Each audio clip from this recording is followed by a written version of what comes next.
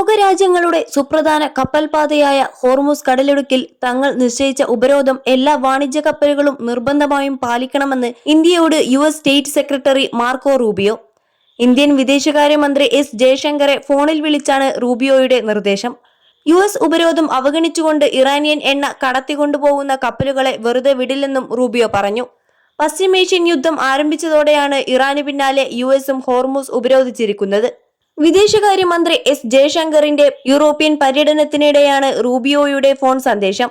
Oman നടുക്കടലിൽ വെച്ച് Indian കപ്പലിനെ ആക്രമിച്ച് 3 നാവികരെ കൊലപ്പെടുത്തിയതിൽ നേരത്തെ ജയശങ്കർ ശക്തമായി അപലപിച്ചിരുന്നു. ഒമാൻ തീരത്ത് എണ്ണക്കപ്പലിന് നേരെ US സൈന്യം നടത്തിയ ആക്രമണത്തിൽ കാണാതായ 3 ഇന്ത്യൻ നാവികരും കൊല്ലപ്പെട്ടതായി കേന്ദ്ര സർക്കാർ കഴിഞ്ഞ ദിവസമാണ് സ്ഥിരീകരിച്ചത്. കപ്പലിലുണ്ടായിരുന്ന deck Aditya Sharma, engine fitter Shivananda Chaurasia, chief engineer Patnala Suresh എന്നിവരാണ് മരിച്ചതെന്ന് ഷിപ്പിംഗ് മന്ത്രി സർബാനന്ദ സോണോവാൾ വ്യക്തമാക്കുകയുണ്ടായി. ഇവരുടെ മൃതദേഹങ്ങൾ കണ്ടെത്തിയതായും തിരിച്ചറിഞ്ഞതായും മന്ത്രി അറിയിച്ചിരുന്നു. ഈ ആഴ്ച ആദ്യം ഒമാൻ ഉൾക്കടലിൽ വെച്ചായിരുന്നു പലാവ് ഫ്ലാഗ് ചെയ്ത MT സെറ്റബെല്ലോ എന്ന എണ്ണക്കപ്പലിന് നേരെ US സൈന്യത്തിന്റെ ആക്രമണമുണ്ടായത്.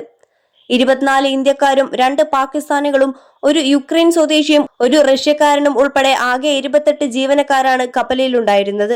21 ലക്ഷത്തോളം സന്തുഷ്ടരായ ഉപഭോക്താക്കളും 2 ലക്ഷത്തോളം തിമിര ശസ്ത്രക്രിയകളും പൂർത്തിയാക്കിയ മലബാറിലെ ഏക കണ്ണാശുപത്രി Al Salama high hospital, hospital road, Perinthalmanna.